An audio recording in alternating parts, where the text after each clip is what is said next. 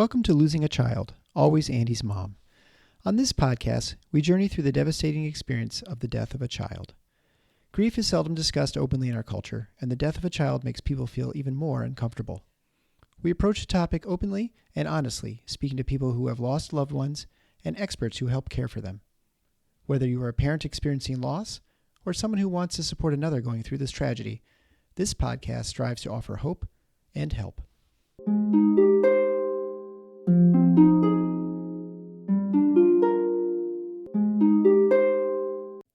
Welcome to episode 76 of Losing a Child, Always Andy's Mom. I'm Marcy Larson, Andy's mom. Today, I have the honor of having two guests on the show. I have Kim and Craig, TJ's mom and brother.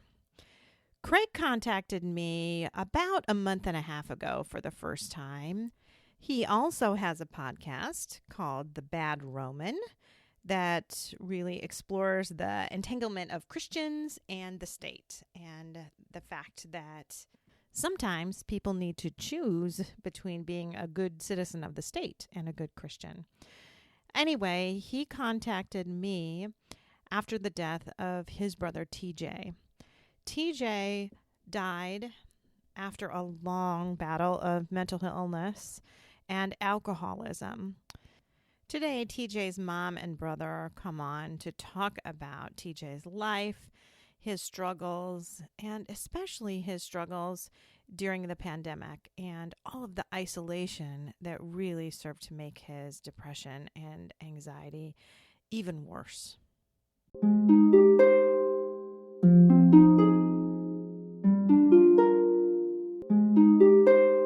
I want to thank both of my guests that I have on today. I have two guests. So I have Craig and Kim. And Craig is TJ's brother and Kim is TJ's mom. And so we're going to get to hear about TJ today and all about him and his life and what it's been like after losing TJ. So whoever wants to start, you can just kind of go ahead. Well, I've got 36 years of memories just like you do. But like I told you earlier, I had gone through some photo albums yesterday. I didn't start out to do that, but I was doing some cleaning and pulled some photo albums down to clean around them and stuff. Well, that started me down that rabbit hole, and I went through all of these photo albums. We have pictures of his birth. His dad took pictures of his birth, and when I came up on those and just followed through so many years of what a delightful child he was. He was too smart for his own good in a lot of ways. He was just he never did fit in. He never did fit in with much of anything, but he kept on going, and he dealt with a lot of bullying throughout his life, and I went to bat for him so many times. What was he like as a kid? He was very smart. He was always it seemed like ahead of where he should have been, and would just blow me away with some of the things that he said. But he also, I believe, had, the older he got, and even as a child, and we didn't know anything about Asperger's back then. I learned about it after he was an adult, which, what are you going to say to a grown man who has depression issues and problems and stuff anyway about, I think this is what you got. He, like Craig always said, he was born without a filter. Yeah. He never meant to be rude. He just said whatever. He said whatever popped in his head, and he was very matter of fact. I spent a lot of time explaining him to people, even though I couldn't quite understand him myself. I understand that. It was like I finally got to where I didn't so much because I got tired of it. I got tired of saying he didn't mean that. He didn't mean to be so blunt as a child, even as a child. The pictures that I look back through, and so many pictures of him and Craig and Cade, he's leaning on one of them all the time. Mm-hmm. He was always leaning on one of his brothers. What number was he in the order of kids? He was the baby. Oh, he was number 3. Okay. He was the baby. Craig was 9 when he was born, and Cade was 6 when he was born. And TJ had a different daddy. I remember TJ, we grew up in West Texas, so mom was trying to move us to Fort Worth, and I was not moving from West Texas. I was being pretty stubborn about it, and we were at my grandparents' house at the time, and I was calling my dad, I want you to come pick me up. I'm going to come live with you. I'm not leaving West Texas. And mom was not very happy with me that day. All of our stuff was loaded up, ready to leave. And I was sitting there in the living room, and TJ walked around the corner. He was a kid. I saw him, and I was like, I can't leave him. So TJ kept me from leaving everybody else. And I don't know, I was telling Kate the other day, I always felt like it was my responsibility to protect them as the older brother, and I feel like I've let them down too with all this too. But no, Craig had to grow up too fast, and he was always more serious and would not give up until he heard the truth about something. And he always has been not only my son, but he's one of my best friends, and he's always been there for me. And we all kind of shook our head a whole lot about TJ, because it was like, dude, where are you? It seemed like he was always somewhere else. He was always like in another world in so many ways. When you were talking about him not having a filter, and that is so true about TJ, because she mentioned him not having the same father as me and Kate, but when I would introduce TJ to people, they were surprised that we were related, because we were nothing alike at all. In so many different ways. But there was one thing about TJ, and I don't know if he had this as a child or not, but TJ always had an ear for music. He would make us CDs for Christmas with whatever kind of music we listened to. And it was always interesting how he picked these songs out. They was always very specific, and he was really good at it. And I was always really jealous of him, how he could do something like that, because TJ didn't just stick to one type of music. But like Mom said, he didn't have a filter. If he heard a song that we were listening to that he didn't care for, so this sucks. And that was one of the first things he ever said to my husband. And Farrell and I've been married almost 14 years. And I told him the very first time we went out, I told Craig, I said, the only reason there was a second date with Farrell is because when he walked in my house to pick me up for that date, first thing he wanted to do, he said, let me see pictures of your boys. Because I had, talked about them so much and how tight we all were and everything. And I took him in and showed him the pictures I had of all the boys. And I said, and this one is going to be the most difficult for you to get to know. And I said, he's been abandoned by every man that's ever been in his life. And he doesn't trust a whole lot of people. And one of the first things, it really made Farrell mad at the first time happened. He said that he and TJ were talking about music, and TJ just looked at him and said, your music sucks. And of course Farrell was like, took it personal. And I told him, I said, you cannot do that. He told me, Farrell said, he goes, man, I just don't know how to figure TJ out. I said, TJ's TJ. Just TJ's TJ. Don't even try. Don't even try. But he was so smart. He was super smart. He had a teacher in school when we moved here, he was in the 3rd grade. And I went for a parent-teacher conference, and she told me that she said, I keep him up in the front of the class, not because he ever gets in trouble, but because I like to watch him. And she said, and he always gets through with everything faster. He gets through and he does it perfect. And that's when we decided, we have to give him extra stuff to do while the rest of the class is still doing their work, to keep his mind, because his mind was just, I never could delve completely into his mind. I have a hard time remembering him as a child for some reason, but that one the story I was telling about being at our grandparents and moving Fort Worth, that story is in my head constantly with TJ, but I don't remember if he talked all the time as a child, but he sure did as an adult. I mean, when I would come, did he? Yeah, because he and I took a lot of trips, just he and I, when we lived in Fort Worth, I'd go back to San Angelo to see my Nana and Granddaddy. And as a kid, I remember I took a different route one time, and we were having to travel through Dallas, which I wasn't used to. And the traffic was horrible. And he hadn't shut up since we had left San Angelo. I mean, he talked, and he was just, And I let him, but I had gotten into that traffic, and I finally said, honey, you're going to have to stop talking for a little bit until I get through this traffic. It was hard for him. He sat there, with his hands folded in his lap. And whenever I finally started moving faster, the vehicle started moving faster. He's like, can I talk again? And he did the rest of the way back to Arkansas. He was just, he did that. And then you He felt like, did. I probably shouldn't do that again because that was really difficult for him. Yeah. It was hard for him. I should have just let him keep talking because it didn't change the stress of going through the traffic, but he would either be silent so much that you would just, go, what you thinking about? And then he'd start telling you what he was thinking about, and he wouldn't hush. And so much of it was things that I could not comprehend. He was like on another plane so much of the time that he tried to get me into his video games with him, and I was horrible at it. He'd finally get frustrated and say, never mind, Mom, but he was a happy kid. Well, that's a blessing, especially when with the Asperger syndrome, it can be a little bit challenging because friendships are really hard.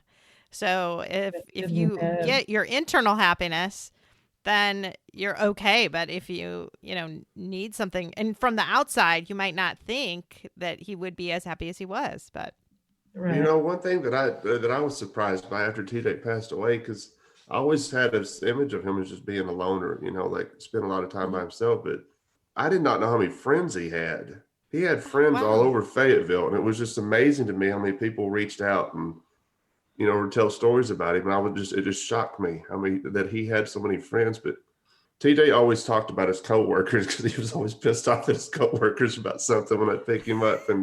But he never talked about his friends a whole lot unless it was his buddy Johnny, that spent a lot of time with him. It was really cool to find out that he had so many friends. that is really cool.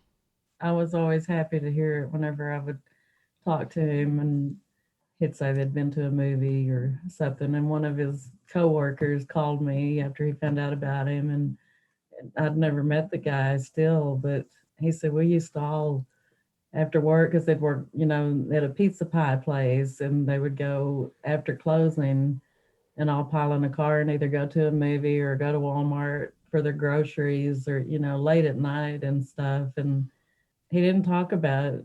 It was like he knew he had those friends, so he didn't really feel It was none of our business. That's right. Well, I guess it wasn't really. I guess it wasn't. And that's the way TJ was, though. I mean, he told you what he thought you needed to know. Right. So why don't you go into now talking about this past year and kind of what that's been like? When he became a teenager, I know I'm going back again, but... Oh, that's okay. He was having first time I ever saw him have an anxiety attack, I thought he was dying. Mm-hmm. He was probably maybe Andy's age about then, probably 14 or 15. And I loaded him up. We're going to the hospital. I didn't know, he was white as a sheet. He was just shaking. He was sweating. He was, and I'm like, what is going on? And then I started learning about panic attacks and anxiety. And he threw me under the bus a couple of times at a doctor's office because he would be sitting there talking. And I was like, he started talking about this tic that he had had all these years. And I looked at him and the doctor looked at me, and the doctor is a whole nother story. I ended up writing her a really nasty letter after that visit because she looked at me like, and TJ looked at me, he said, I told you about that. And I was like, no, you didn't. And after that visit, well, she got on to me. She told me that I was talking for him too much, that he was too old for me to be talking for him. And I'm like, you don't know him like I do. Yeah. I know the reason I'm sitting in here right now is because I know I won't get the full story from him as to what y'all have talked about. She ended up putting him on some medication, and he was a different person. He was happy again. He was TJ again. And then, of course, he gets out on his own. And after years, he told me that I didn't even know he'd done this, but he said he quit taking his medication. He said it got to where I just didn't feel anything, and I didn't want to take it anymore. Oh. So he quit taking it, and he dealt with depression, anxiety, and it got worse and worse. And he started using alcohol to numb it. Mm-hmm. And he was in and out of the hospital, I don't know how many times over the years, and it was all because of alcohol. And he knew, he'd been told so many times that he was going to kill himself with this alcohol if he didn't stop. And I tried everything, tough love. I tried begging. I tried pleading. I tried, let's get you in some treatment. It's like, I have a life. I have to work. I can't go into treatment. And I'm like, you're not going to have anything if you don't get something done about this. And when this pandemic hit, I knew that he was scared, but it was a shock to me as to how scared he truly was of this stuff. And I kept talking to him about, after they started soft openings again at his place where he worked, called him back to work and he turned them down. And I'm like, you do understand that your unemployment is going to stop if you turn them down going back to work. And he was like, there's going to be a second wave. And he said, this is a death sentence for me. This virus is a death sentence for me. And it turns out he was right, because what he did was self-isolate and get more and more and more scared of the thing. And he had all that opportunity 24/7 to drink. So it ended up being a death sentence for him. But what he meant, I think, was that he was too afraid to get the virus, that the virus would be a death sentence. Because like if he was got not it, in good health. He had destroyed his body so bad over the years with alcohol, and his immune system was very compromised. Okay. And so he also would never admit, though, that the alcohol was causing all of his ailments. He would never do that. It was like, I've got this, I was born with this. And I'm like, honey, I was there. You weren't born with any of that. Mm-hmm. You are killing your body with the alcohol. And he told me, this virus it's a death sentence for me. And then it was, even though he didn't ever get COVID. There are other ways that it is a death sentence for people, and I know that's what happened to him. I think if he had been able to go back to work, if he had felt comfortable going back to work, he would have been around people, for one thing. He would have had purpose, and he always, he always worked. He always had a job, and when he worked hard. But he didn't just drink a few drinks at night. He drank a lot, and it did kill him. The last hospital stay I was in November or September of 2019, and it was horrible. He didn't remember any of it. He was in another universe. He was in another state. They were giving him morphine for the pain. At the same time, he was always detoxing anytime he ended up in the hospital, because he would go for days being so sick and finally call an ambulance. And he was abusive to me. He was abusive to the hospital staff. He was out of control. And when they needed to do tests because he was bleeding internally and they didn't know what was going on. So they had to do the upper GI and the colonoscopy and that kind of thing. But, there are preps for that. And I had to stand and just make him drink the prep for the colonoscopy. And he was so mad at me. I mean, he even punched me at one point because he got so mad at me. And I told him on the way home from that, he was in the ICU for a week that time. And I told him, I said, I can't do this again. Mm-hmm. I cannot do this. I said, I know you don't remember what has just happened over the last week, but I do. And if this was the first time this had ever happened, it'd be one thing, but it's not. Yeah.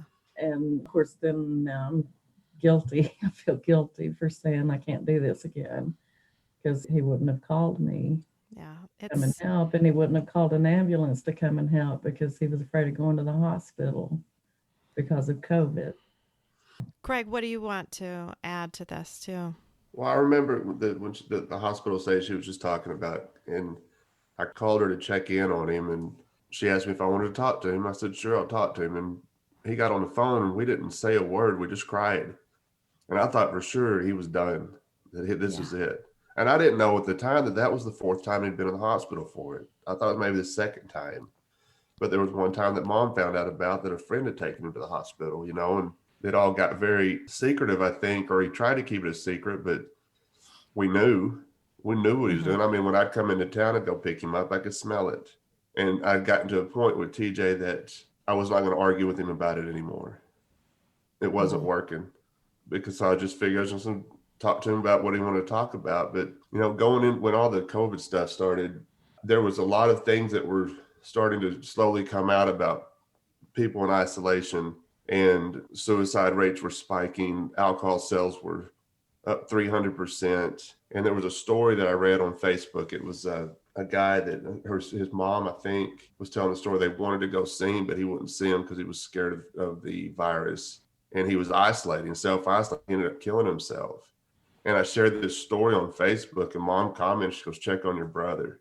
Because so Mom knew then. I hadn't really put two and two together at the time, but so I called TJ and we had a conversation. We talked. It was a cool conversation. He seemed like everything was fine, but towards the end of that conversation, we started arguing again. Because I was telling him, I said, you've got to get out of that apartment, man. I said, this isn't healthy.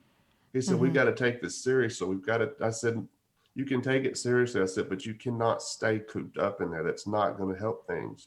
Get out and get some sunlight. Go socialize with people. Or, even if it means wearing your mask and social distance, whatever, but you've got to get out of that apartment. And he wasn't having, he was terrified of this virus.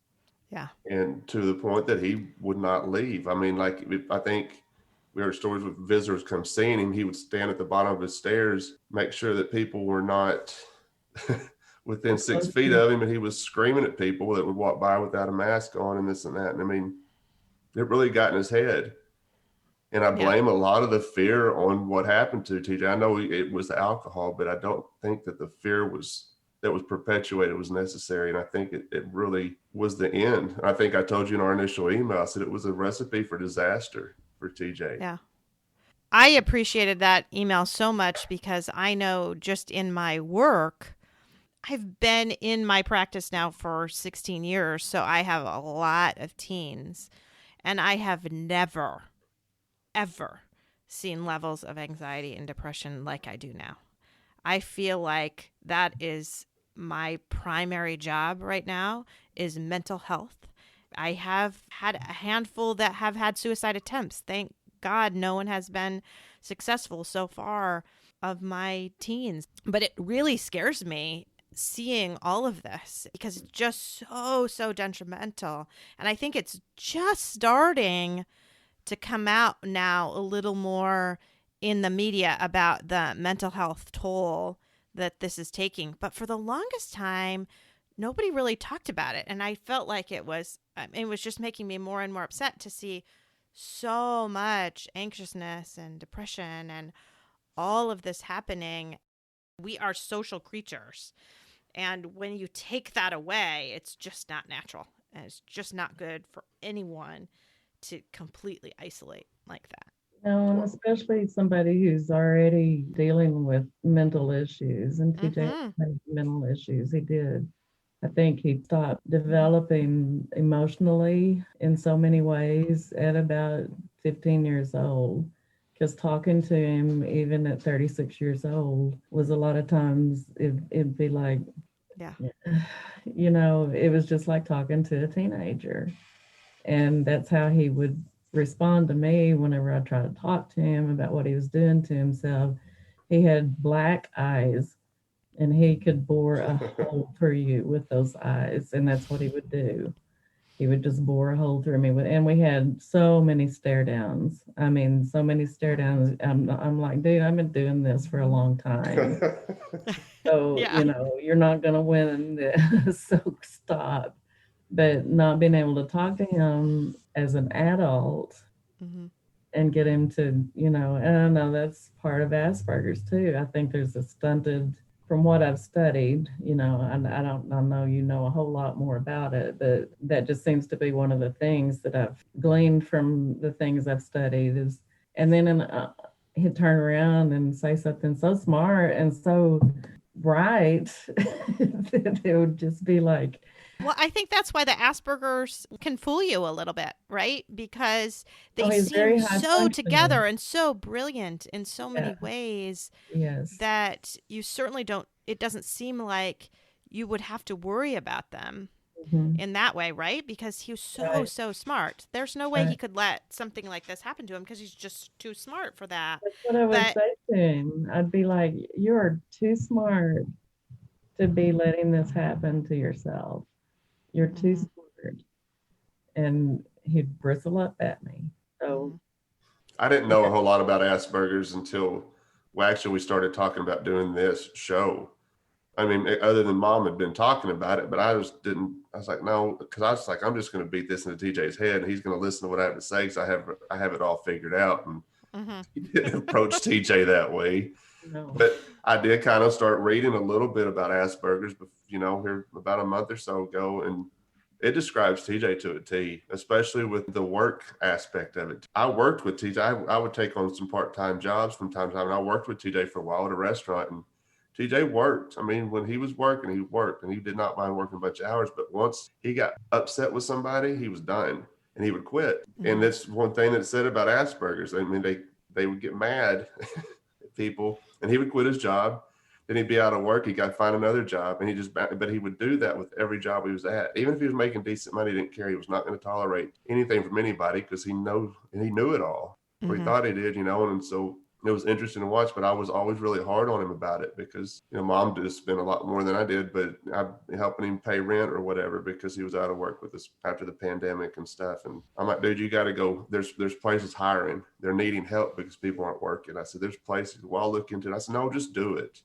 Don't look Yeah. into it, just do it. And I think that was our last conversation through text until my birthday in May, and he missed it. And he said, man, I feel like crap. He said, but I have no excuses, but happy late birthday or something like that. I still have it on my phone, but that was actually the last conversation I think I had with him was that text last May. And because so one thing about our family, we're all super close, but we don't have to have a conversation every day to prove that we're super close. I mean, we'll go weeks from. I went weeks without talking to him lots of times. And that, of course, right now, it had been a month since I had had any communication with him before I found him. And the last communication was me fussing at him about getting out of that apartment. And trying to convince him that everybody's got the safety protocols in place. Yeah. They're not going to bring you back to work if it's not safe. And they're all doing it. They're all doing what needs to be done Mhm. to get business going again. There was no convincing him. He was Just too terrified at that point. Yeah. Yeah. I think his friend Johnny probably knew him better than we did in so many ways because they spent a lot of time together. And TJ had talked to him about things, which is the case with so many of us. We'll talk to friends before we do family a lot of times. But Johnny tried to get him to take better care of himself. You've got to do this. He was always trying to encourage him to do better. My hat is off to Johnny for standing by him the way he did because he didn't have any other friends like that. Well, Johnny texted me the other day, and he called me first, and I was, I sleep during the day because I work overnight. But I got this text when I woke up, and it's always the same. He goes, I couldn't save him, and I told him, like, dude, we're doing enough. We're beating ourselves up enough with this. We're all got enough guilt. I said, you've got to stop beating yourself up too. I said, because none of us could save him. My own mom couldn't save him. He was going to do what he was going to do, and that's why I said earlier that I got to a point to where I was just going to talk to TJ about what he wanted to talk about. I wasn't going to fuss at him or argue with him anymore because I moved to Memphis. I didn't get to see him like I did when I lived there around him. But when I came in, I didn't want to spend, the 20 or 30 minutes driving out to Mom's arguing with him about why aren't you doing this? Because it wasn't fruitful, and I told friends, and this is way back before TJ died, I would have conversations about TJ. And they were like, what are you going to do about it? I said, what am I going to do about it? He's a grown man. Right. I can't tie him up and tell him to stop drinking.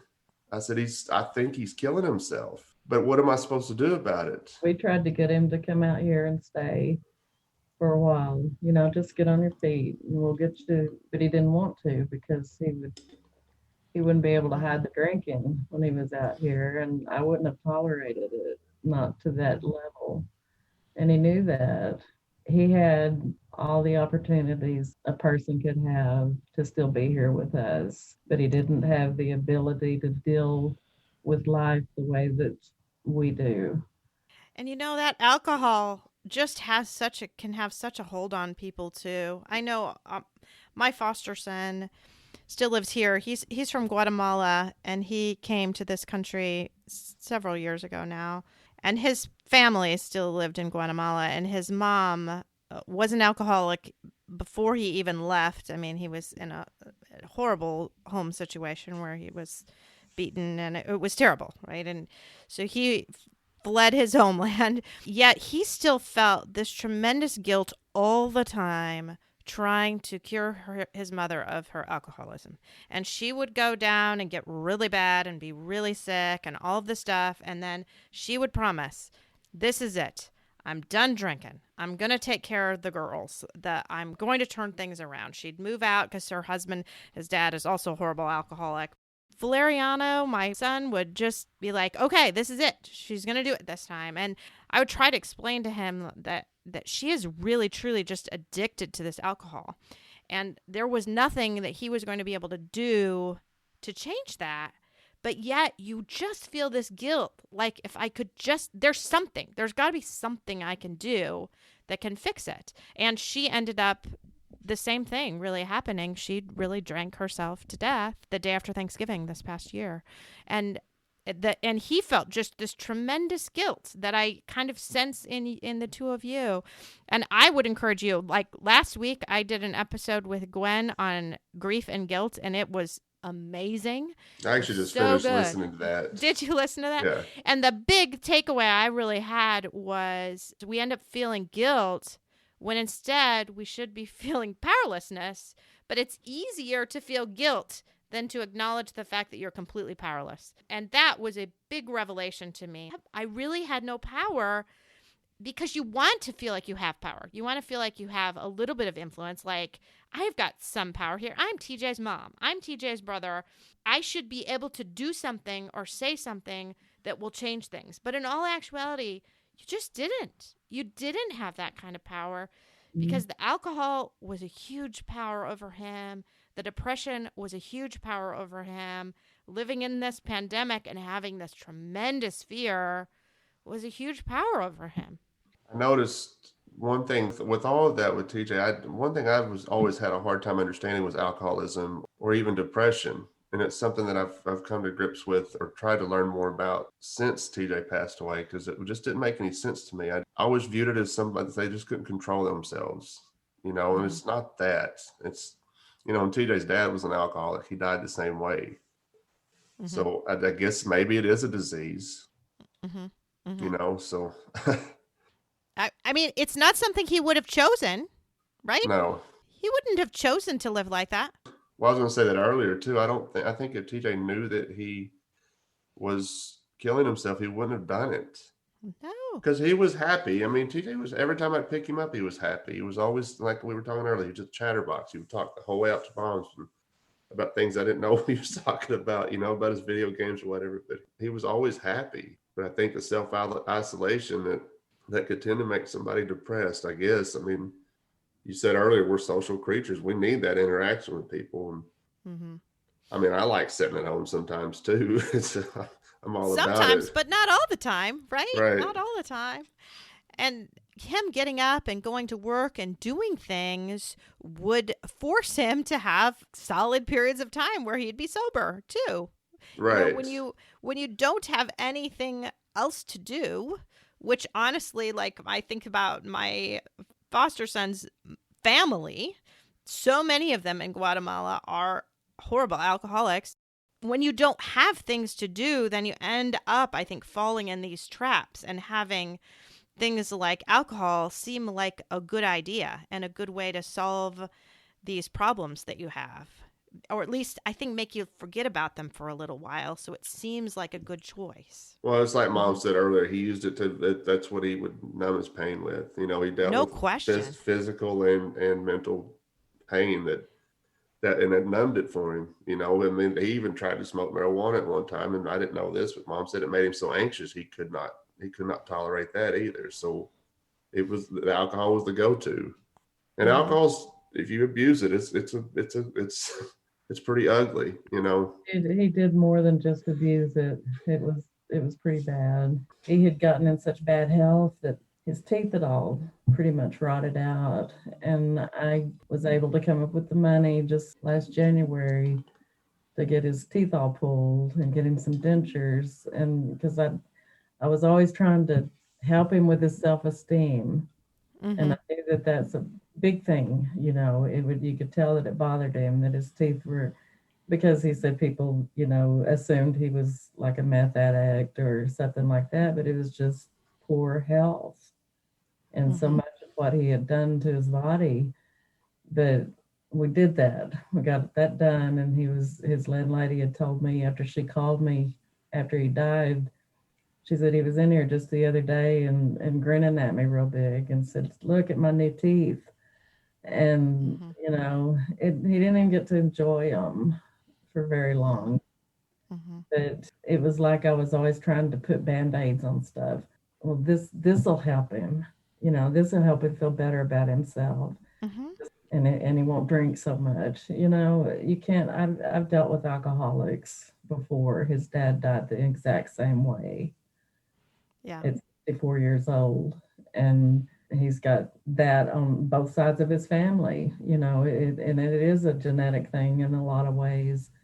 You add depression and anxiety and a lack of self-esteem, and he was so cool. I could never get him to understand how cool he was, where people would tease about him and stuff. I'm like, I love your quirkiness.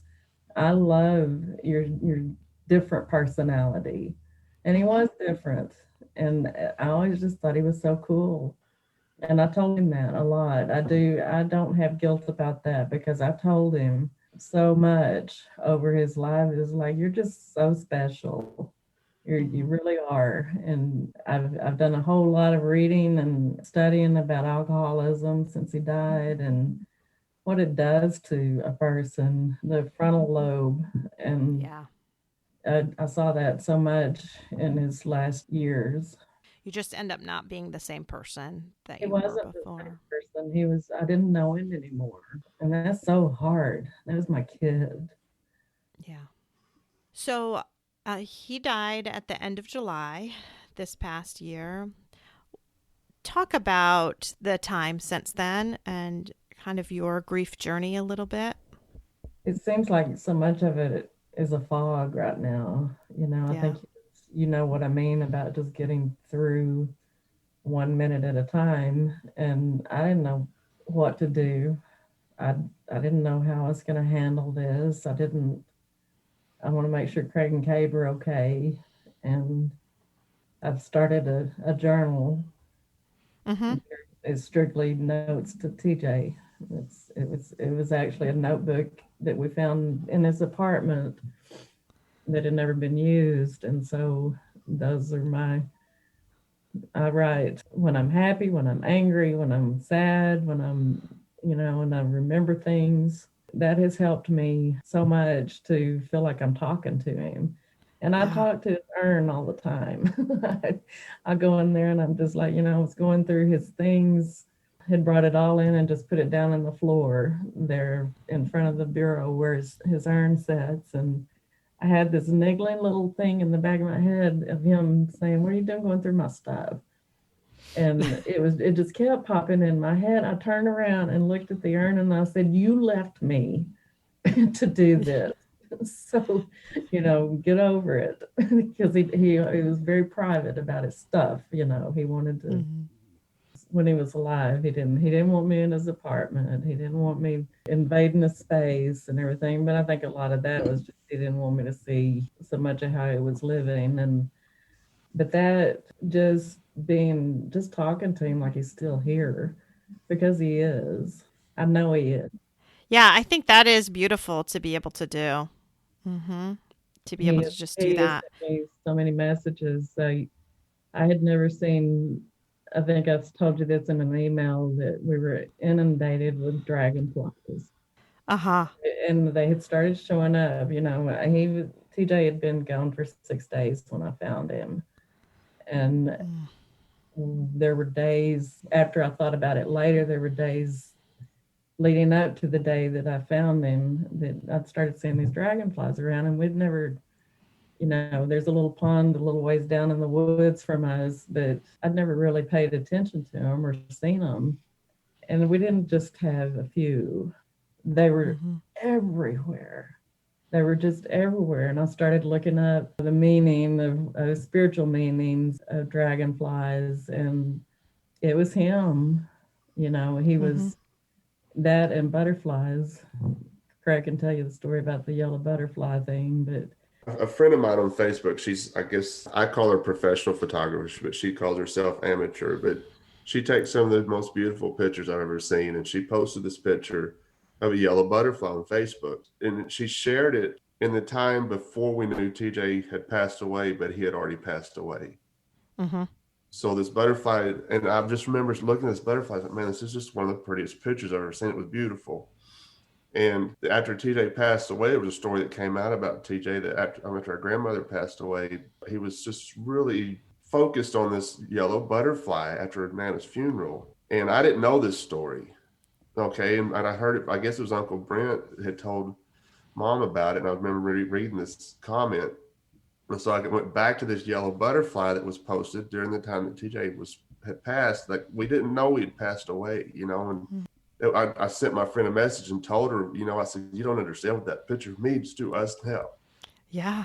That day at Nana's service, we had gone for the reception afterwards, and one of my dad's cousins, they were old cowboys. They grew up on ranches and stuff. And Gene was tough as a boot, but TJ told the story of seeing this old cowboy bend down and pick up this butterfly because it was injured.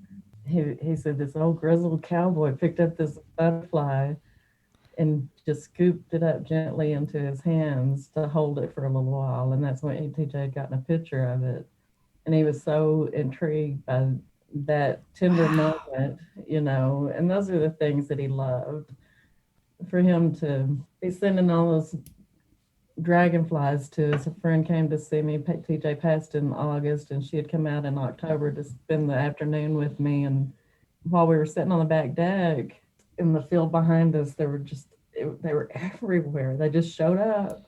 She texted me after she got home, and she's got a real long driveway up a hill and, way up. But she said when she turned onto her driveway, the field that was there, she said, I've never seen one dragonfly, let alone the swarms of them that were there whenever I turned into my driveway. And that was the day she'd been out here to visit me. And TJ loved her. She was one of his special. And I said, well, he's happy that we got together today.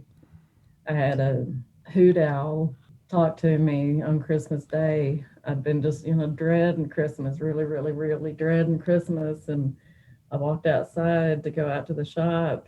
I heard this whoo, whoo, whoo, and I stopped and looked that direction, and he talked to me again. And I went on in the shop, and when I came back out, he was hooting at me again. And I was like, thank you. I know that was you. And I've got jasmine growing on a vine on a lattice thing at the end of the house. And I kept seeing, going past it, I'd walk past, and I was getting this glimpse of this yellow in the corner of my eye. And this was January. And there was one bloom, one jasmine bloom there, and it stayed there the cold month of January. It shouldn't have been blooming.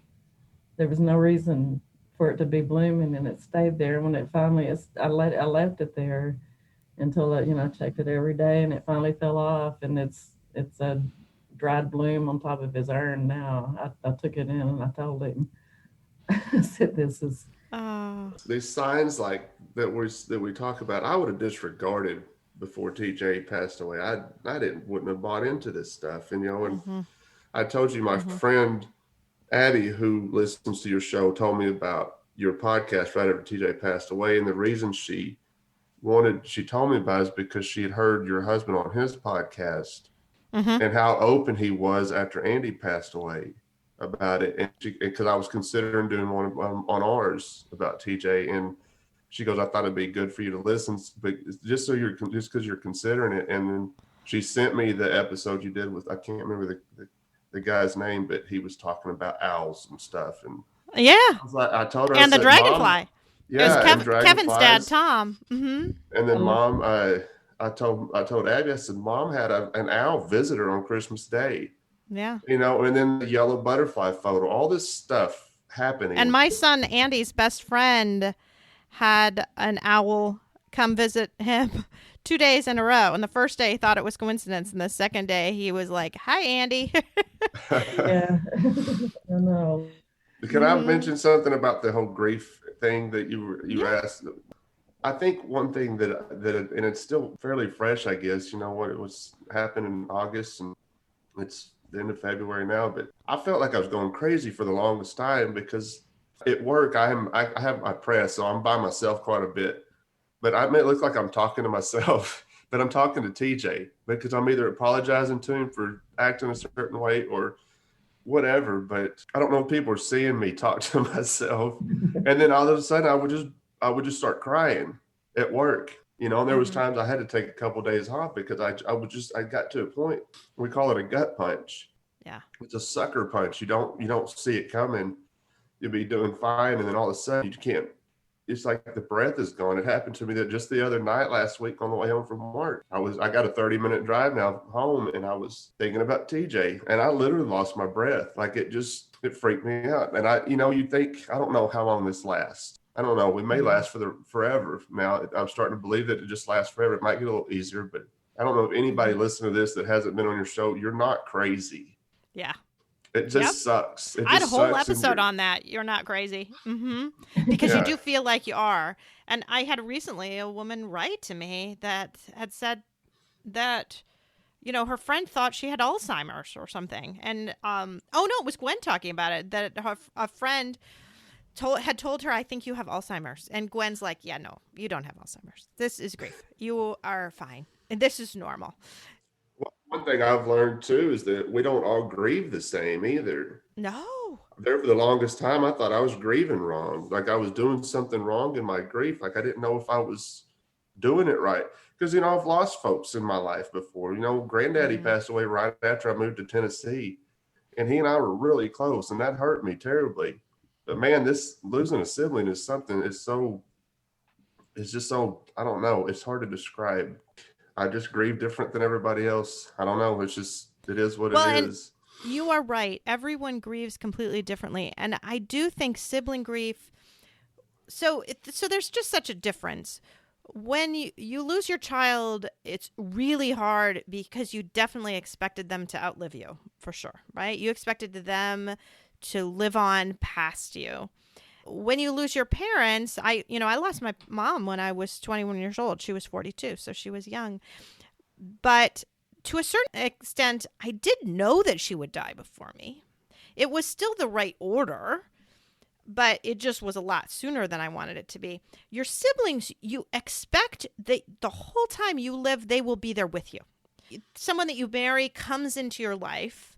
Your sibling has been there the whole way, and you tend to think they will be there the whole time. So I think there is something really special about that relationship when you lose your brother or sister. It's just really, really hard because they were supposed to be there the whole time. TJ's supposed to be there to help you take care of mom when she can't take care of herself as much anymore. And now that's not going to be. All of those things that you expected to be able to do with him forever are now suddenly gone. So it's a special relationship and a special kind of loss. I saw something, and I'm probably going to murder this, but it's when you lose a parent, you've lost, your past. Yep. You've lost your past. When you lose your parent, you lost your past. When you've lost your sibling, you've lost your future. I don't know if I'm saying that correctly or not, but you've lost, like you were just saying, you expect him there. And I guess sibling grief is different. I don't have any children, so I couldn't even imagine. I have a couple of cats, and if one of them passed away, I'm going to be a wreck. So I can't imagine what it'd be like to have a human child. But if there's a couple sibling grief groups on Facebook that I've joined that have been really helpful, because when I first got in, I was really quiet and wasn't saying anything, but I would read their stuff and they're saying everything that I've been thinking and what I'm going through. So it's been really helpful to an extent, but then it gets kind of depressing too. And I have to step away because it just doesn't go away. Yeah. And I think we were talking about earlier, I hope I'm not upsetting people if I talk about TJ on social media or not. And to an extent, I don't care if I'm upsetting people, because sometimes I just need to say things. I just need to get it out, because it's easier for me to do that than to go to work and try to explain to my coworkers. Everybody was really cool at work when I first got back and stuff, and it's kind of gone away. And I don't know if it's just I don't know if they just don't want to talk to me about it or not. They'll still come up and ask me if I'm okay, but it's usually after I've posted something on Facebook and they need to make sure I'm not losing my mind at work again. Well, I had a friend who lost her son to opioid overdose about 3.5 years ago.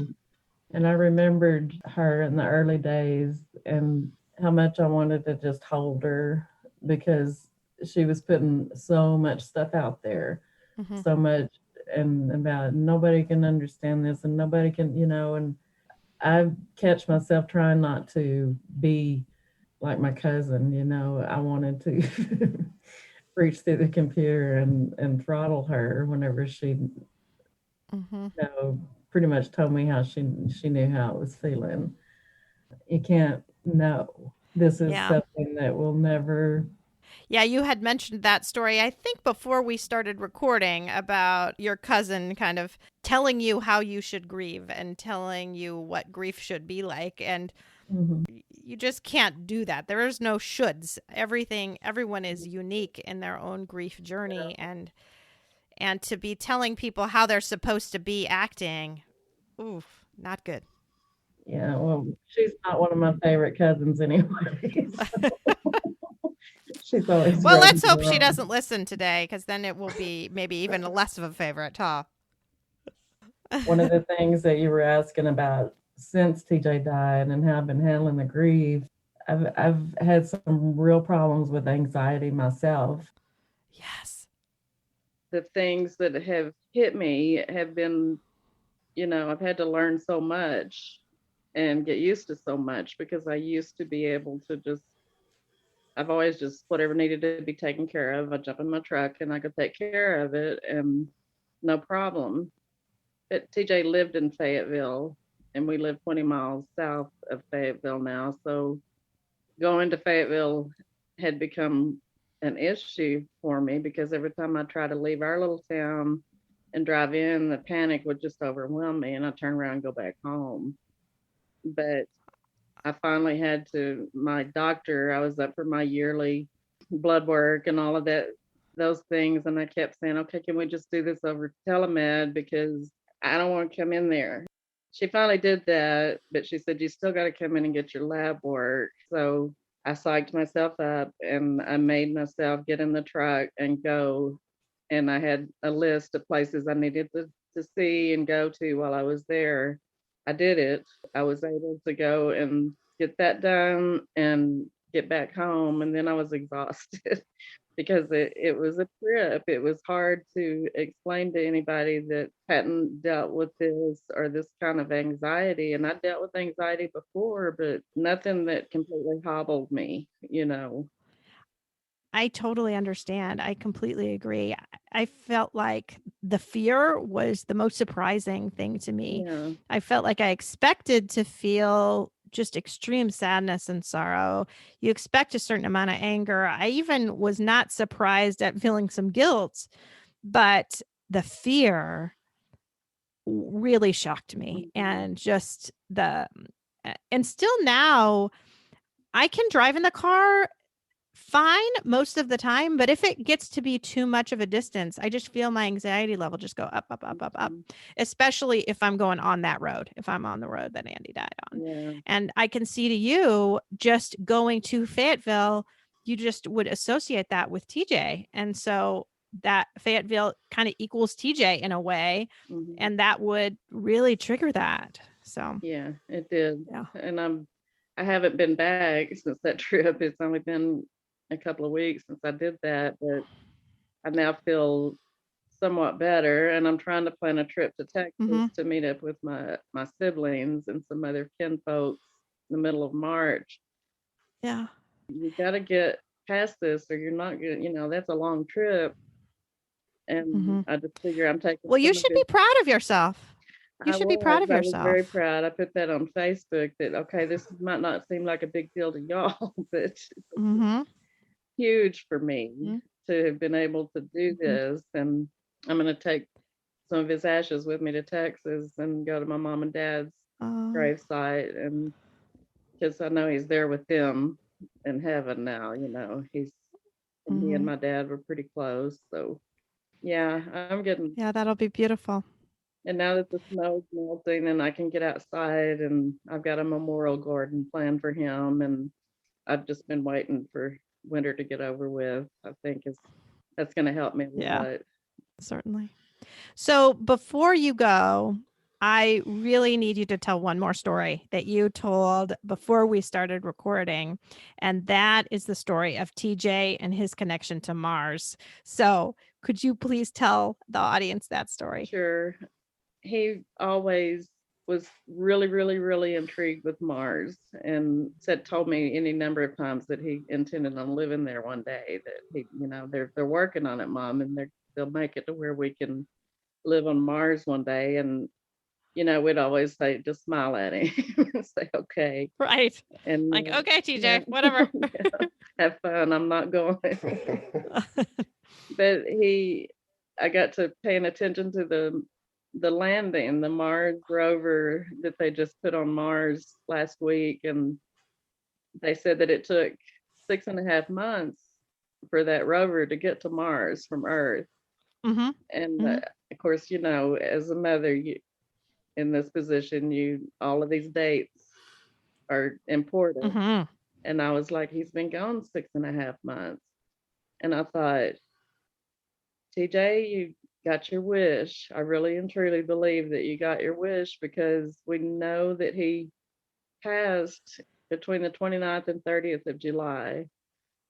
And I looked at the date for the launch of the rover, and it was July 30th. And that just cinched it for me. It was like, for sure. Why wouldn't God let him take that journey that he was so intrigued with while he was here on Earth? And of course, now then I'm just laser focused on all of the happenings on Mars and the rover. Well, I just think it's awesome. I love that. I love the vision of TJ kind of hitching a ride to Mars and being able to see that so soon. I think it's just awesome. Yes, it brought me a lot of peace and a lot of comfort.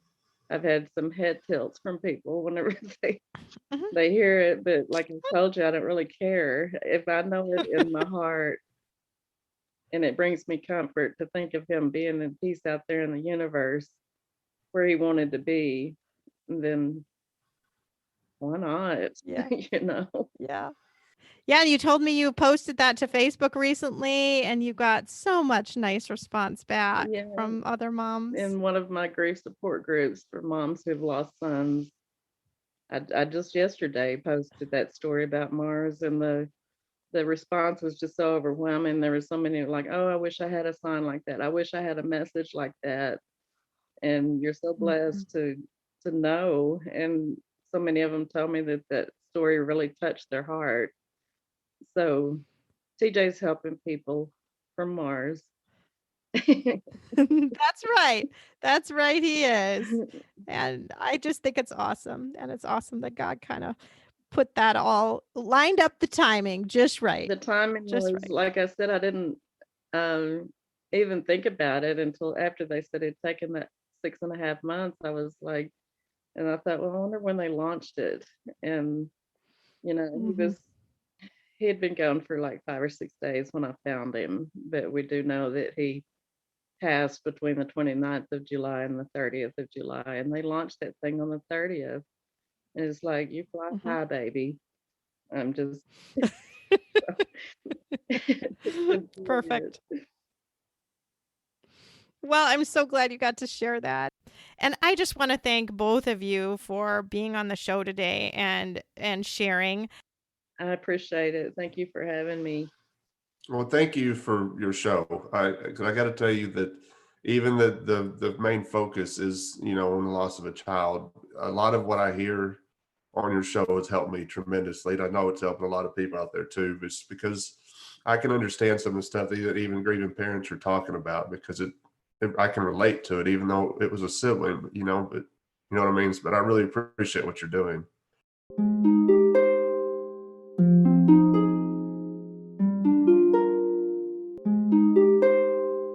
Thanks for listening to Losing a Child, Always Andy's Mom. Please subscribe to the show on your favorite podcast player. We are always looking for new show ideas. If you'd like to be a guest, know someone who'd be a great guest, or have a show idea, please email us at marcy@andysmom.com. Be sure to visit the webpage, andysmom.com, for more content, including Marcy's blog. There you can also sign up to receive updates via email. Together, let's work to inspire hope, one day at a time.